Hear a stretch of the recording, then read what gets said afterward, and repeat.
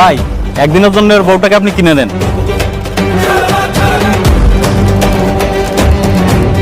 500 টাকা তো তোর কাছে অনেক, নে তোর বউরে একদিনের জন্য বিক্রি কর।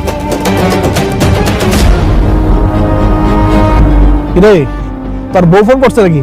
দে তোর বউর সাথে একটু পেমেন্ট আলাপ করি।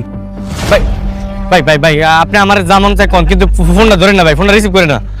হ্যালো ডার্লিং, আমি আসলাম শেখ, দুবাই থেকে বলছি।